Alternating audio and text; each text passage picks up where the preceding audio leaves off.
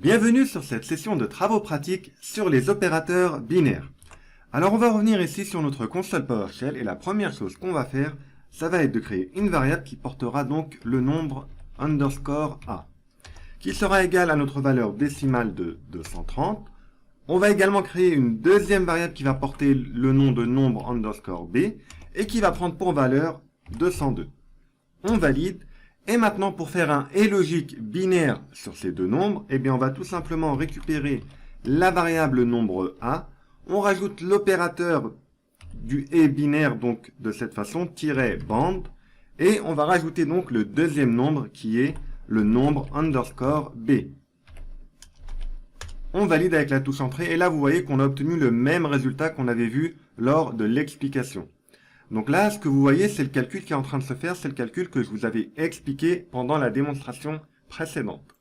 Maintenant, pour faire le OU logique binaire, il faudra remplacer ici le band par le BOR, donc binary OR. On valide et vous voyez donc qu'on obtient la valeur décimale de 238. Maintenant, pour faire le XOR, c'est exactement la même chose. Ici, on rajoute toujours le B et on rajoute ici le X pour faire un B. XOR. On valide et là vous voyez qu'on obtient 44. Maintenant, pour faire le non logique binaire, ça se fait sur une valeur. Donc ici on va utiliser le tiret B note et on va rajouter donc notre variable nombre underscore A. Et là vous voyez qu'on obtient la valeur décimale moins 231. Alors là vous voyez ici qu'on a directement l'opération qui se fait. Pour mettre en évidence ce qui se passe, je vais convertir ici en binaire et vous allez mieux voir ce qui se passe. Regardez ici, donc on va convertir, on va créer une variable binaire qui sera égale, ici je vais utiliser donc la syntaxe spéciale qui permet de faire appel aux classes du .NET, du framework donc .NET Core. Donc pour ce faire ici, on va mettre entre crochets le nom de la classe.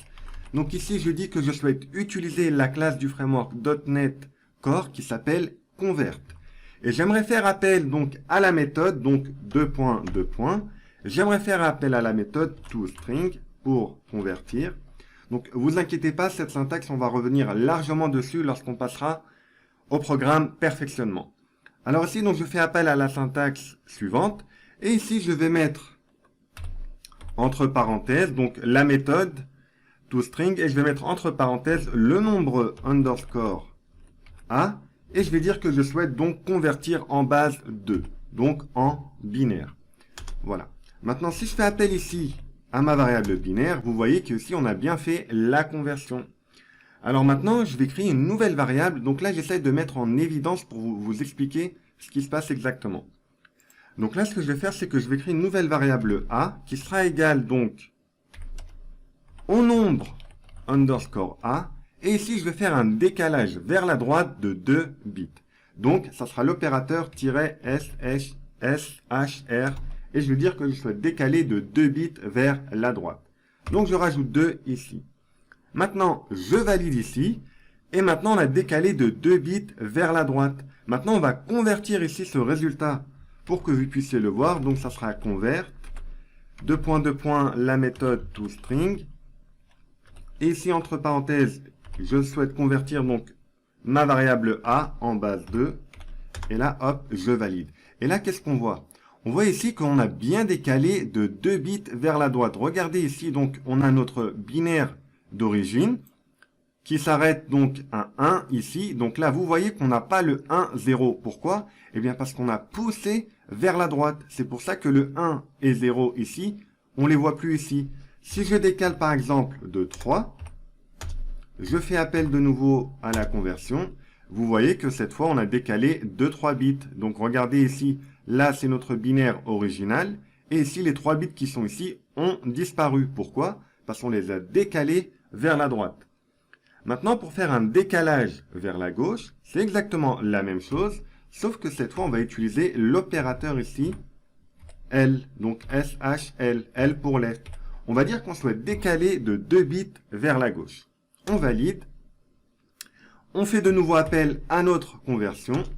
Et là, vous voyez qu'on a décalé de 2 bits vers la gauche. Vous voyez ici, on a 2 bits. Ça signifie qu'on a poussé ici vers la gauche. Si maintenant je rajoute un décalage de 3 bits, je fais appel de nouveau à la conversion. Et là, vous voyez qu'on a bien fait un décalage ici de 3 bits, mais vers la gauche. Voilà donc pour ce qui est des opérateurs binaires. Merci d'avoir suivi cette session et je vous dis à bientôt pour la prochaine session.